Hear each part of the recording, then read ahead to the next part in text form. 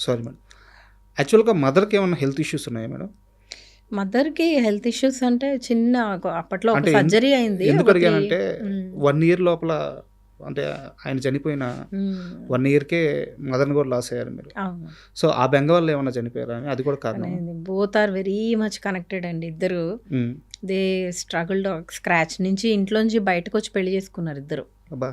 So, ఆ రోజుల్లో. ఆ రోజుల్లో వాళ్ళు ఇంకా స్టూడెంట్స్ అప్పుడు. హ్మ్. పర్చూరి గోపాలకృష్ణయ్య గారు మా అమ్మకి, నాన్నకి లెక్చరర్. హుహు. ఆయనే ఓకే. చేశారు పెళ్లి ఓకే. కూడా. ఓకే.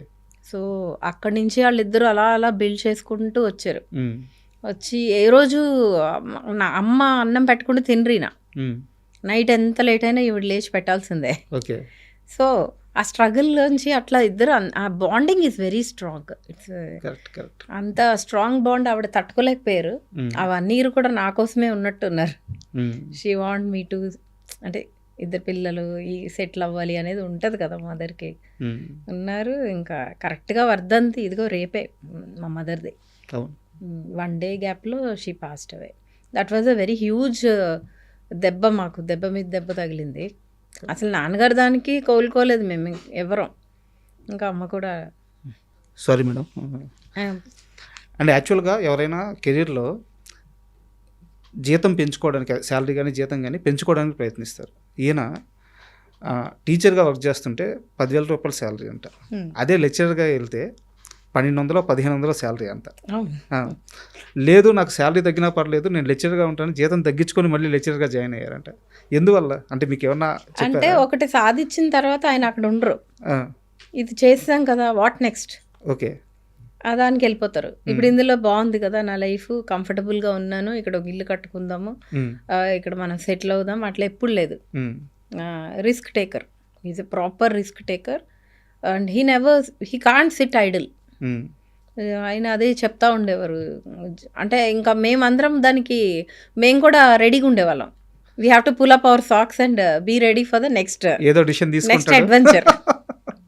యాక్చువల్‌గా కరెక్ట్. ఆయన ఆ లెక్చరర్ జాబ్ మీద మాకు కూడా కూడా అది అలవాటు లేదు ఇప్పుడు. హ్మ్. ఇప్పుడు మేము కూడా ఒక చోట అలా కూర్చొని కంఫర్టబుల్‌గా బావుంది కదా! అది ఆ లైఫ్ అలవాటు లేదు. హ్మ్. వాట్ నెక్స్ట్ అనేది ఎప్పుడు life is a small journey. మనం రిస్క్ తీసుకుంటూనే ఉండాలి. అవునవును.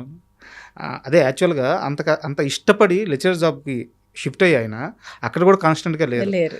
ఎవ్రీ వీకెండ్ చెన్నై ఎళ్ళిపోయేవాళ్ళు. అవును. ఆ! అది మాకు చిన్నప్పుడు ఒక సర్కార్ ఎక్స్‌ప్రెస్ ఆ! టౌన్ స్టేషన్‌కొచ్చేది భీమవరంలో. ఓకే. మా ఇల్లండి ఎట్లా ఉండేదంటే అంతా స్టూడెంట్స్ ఎప్పుడు. హ్మ్.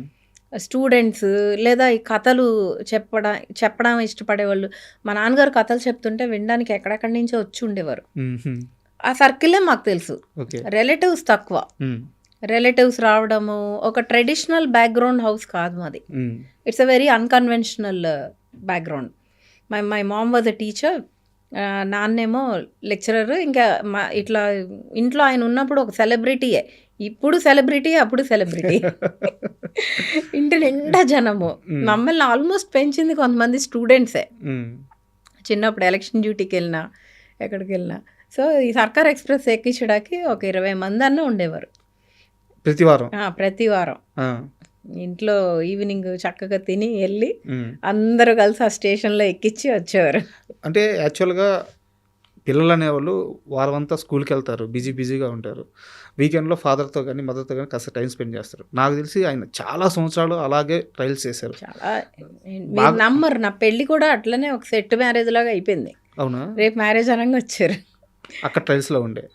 అక్కడే. హ్మ్. అంటే అట్లా చిన్నప్పుడే అయిపోయింది మ్యారేజ్. హ్మ్. అట్లా అలా అలా అయిపోయింది అంతే. అంటే ఒక ఫ్లోలో ఎళ్ళిపోయాం మేము. బాగా మిస్ అయ్యి ఉంటారు కదా! మిస్ అయ్యేవాళ్ళము. But he never made us అలా మిస్ అయిన ఫీలింగ్ ఎప్పుడు రాలేదు. ఎందుకంటే he always kept me engaged. Hmm. Hmm. నాకు లెటర్స్ రాసేవారు. Inline letters. అవునా? ఎస్పెషల్లీ నాకు. హ్మ్. ఆయన అంటే నన్ను ఆడపిల్లలాగా ఇట్లాగే ఉండాలని కాకుండా ఒక ప్రాపర్ విజన్‌తో పెంచారు. హ్మ్. అమ్మాయి అంటే ఇలా భయపడతా అలా ఉండకూడదు. You have to achieve a lot. Read మంచిగా చదువుకోవాలి. Out of the box thinking అలవాటు చేశారు. Okay. That is one thing. అమ్మాయి అంటే ఇలా అంటే జనరల్ సొసైటీ కండిషనింగ్‌లో కాకుండా he used to make me think like opposite to that. You can achieve, you can do this అని ఎప్పుడు నాకు తోడుగానే ఉన్నారు. My father was like my soulmate, he was always there. మన ఎంఎస్ గారి జర్నీలోకి వెళ్ళే ముందు ఇది పర్సనల్ క్వశ్చన్ మేడం, మీకు ఇష్టమైతే చెప్పండి లేదా స్కిప్ చేసేసేయండి, మీ పర్సనల్ సంబంధించింది. ఓకే. మామూలుగా లెజెండరీ యాక్టర్స్ ఇలా చాలామంది వాళ్ళు ఒక రకమైన బలమైన ముద్ర వేసే వెళ్ళిపోతారు, కోట్ల మంది అభిమానులు సంపాదించుకొని వెళ్ళిపోతారు. తర్వాత కాలంలో వాళ్ళ పిల్లలు, అంటే నేను పేర్లు చెప్పి వాళ్ళ స్థాయిని తగ్గించలేను, చాలామంది ఆర్టిస్టుల పిల్లలు ఆస్తి విషయాల్లో, ఆ పంపకాల విషయాల్లో ఇబ్బంది పడుతూ కెమెరాల ముందుకు వచ్చి చాలా సంఘటనలు చూస్తూ ఉన్నాం. బట్ ఎంఎస్ గారు చనిపోయి ఈ రోజుకి 11 సంవత్సరాలు అవుతుంటే ఏ రోజు కూడా ఆయన కుటుంబం నుంచి ఇంత రవ్వంత చిన్న వివాదం కూడా బయటికి రాలేదు. ఆ కుటుంబం అంతే బలంగా నిలబడి ఉంది. ఏది మిమ్మల్ని అందరినీ అంత యూనిటీగా అంత స్ట్రాంగ్గా నిలబెట్టింది? డెఫినెట్లీ ఆయన పెంపకమేనండి. వాళ్ళు మా పేరెంట్స్ ఇద్దరు వాళ్ళు ఇచ్చిన వాల్యూస్, ప్రాపర్టీస్ కన్నా కూడా మన బాండింగ్ స్ట్రాంగ్గా ఉండాలి. ఎప్పుడు ఫ్యామిలీ బాండింగ్ కానీ ఆ రిలేషన్షిప్పే ఉంటుంది మనకి. ఇవాళ సంపాదించుకుంటాము, ఉంటాయి, రేపొద్దున ఏదో వస్తుంది పోతుంది. లాక్డౌన్లో వి ఆల్ లెర్న్ దట్. సడన్గా ఇట్లా పోతుంది ప్రాణం. సో ఆ వాల్యూస్ ఇచ్చి పెంచారు. మా నాన్నగారు చిన్నప్పటి నుంచి మాకు డబ్బులకి కాదు విలువ, క్యారెక్టర్కే. Character, how we are projecting our self. అంటే ఇప్పుడు ఒక ఇల్లు నాకు ఎక్కువ రావచ్చు, ఒక ఇల్లు వాడికి తక్కువ రావచ్చు, దాంతో బతికేయలేం కదా. బయట మనకు ఒక నాన్నగారికి ఒక పేరు ఉంది, ఆయన హీ ఆల్వేస్ లివ్డ్ లైక్ ఎప్పుడు ఏ కాంట్రవర్సీలోకి వెళ్ళాల, అది నిలబెట్టుకోవాలి కదా. ఎంతో మాకు ఆ ఇష్యూసే లేవు అసలు, ఆ ఇష్యూస్ లేవు. అండ్ హీ ఆల్సో ముందు నుంచే మమ్మల్ని అట్లా ప్రాపర్గా సెట్ చేసి, ఇదిగో ఇలా ఉండాలనేది, నాకు పెద్దదాన్ని నేను, నాకు he always taught me you have to be like this. He taught my brother also. So we followed his pattern అంతే. యాక్చువల్గా ఇప్పుడు మీకు మీ లైఫ్ ఉంది, మీ ఫ్యామిలీ ఉంది, విక్రమ్ గారికి వాళ్ళ లైఫ్ ఉంది, ఆయన ఫ్యామిలీ ఉంది. బట్ ఒక రక్త సంబంధంగా ఇప్పుడు మీ ఇద్దరికి తోడు ఆ పుట్టింటి అనుబంధం అంటే ఒకరికొకరే మీ ఇద్దరు తోడు. సో మీ రిలేషన్ ఎలా ఉంటుంది మీ ఇద్దరి మధ్య? రిలేషన్ ఈజ్ గుడ్ అండి. అంటే నేను మేమిద్దరం, మాకు తెలుసు మన ఇద్దరం తప్ప ఇంకెవరు లేరని. Correct. So anything comes, I go to his house or he comes and our both families are slowly growing very strong. అంటే పిల్లలు కూడా ఆ బాండింగ్ని షేర్ చేసుకోవడం వెరీ స్ట్రాంగ్గా. ఇప్పుడు మన డాడీ బర్త్డేకి మేము తిరుపతి వెళ్ళాం అందరం, 10th బర్త్డేకి. ఓకే. వెళ్ళి అందరం కలిసి నాన్న బర్త్డే అక్కడ చేసుకుని వచ్చాం. So we are passing that to the next generation. Tirupati ఏం మేడం స్పెషల్? టెంపుల్కి వెళ్ళారు? టెంపుల్కి వెళ్ళాం, దర్శనానికి వెళ్ళి డాడీ బర్త్డేకి అక్కడికి వెళ్ళి అందరం వి వాంట్ టు, అంటే వాళ్ళ హ్యాపీగా ఉండాలి ఎక్కడ ఉన్నా కానీ అని, and they want us to see strong. So అట్లా, అంతేగాని మరీ అంటే సినిమాల్లో చూపించేలాగా ఉండం కానీ బాగానే ఉంటాం. Super super. అండ్ యాక్చువల్గా ఆయన కెరీర్ అంతా కూడా ఒక సక్సెస్ వచ్చే వరకు ఆయన దేనికోసం ప్రయత్నించారంటే, నేను రైటర్గా సక్సెస్ అవ్వాలి. ఆయన చాలా బలమైన రైటర్, ఆయన రాసిన 8 సినిమాలకి వండర్ఫుల్ రైటర్. ఆయన రాసిన కథలు ఇప్పటికీ ఉన్నాయి రవిరాజ గారి దగ్గర. సవ్యసాచి అని ఒక కథ ఆయన దగ్గర. యాక్చువల్గా నాకు క్వశ్చన్ ఉంది, సరే మీరు ఎలాగో ప్రస్తావన తీసుకొచ్చారు కాబట్టి, రవిరాజ ప్రిన్సెట్ గారి దగ్గర ఆ కథ అలాగే ఉంది. సో మీరు డైరెక్షన్ చేస్తున్నారు ఇది వరకు, ఎందుకు ఎప్పుడైనా సరే మా నాన్నగారి తొలి కథ అది అని మీకు అనిపించలేదా? తొలి కథ కదా, అప్పటికే చాలా రాశారు. ఇండస్ట్రీ నుంచి పిక్ చేసుకొని ఒక అడ్వాన్స్ ఇచ్చిన తొలి కథ.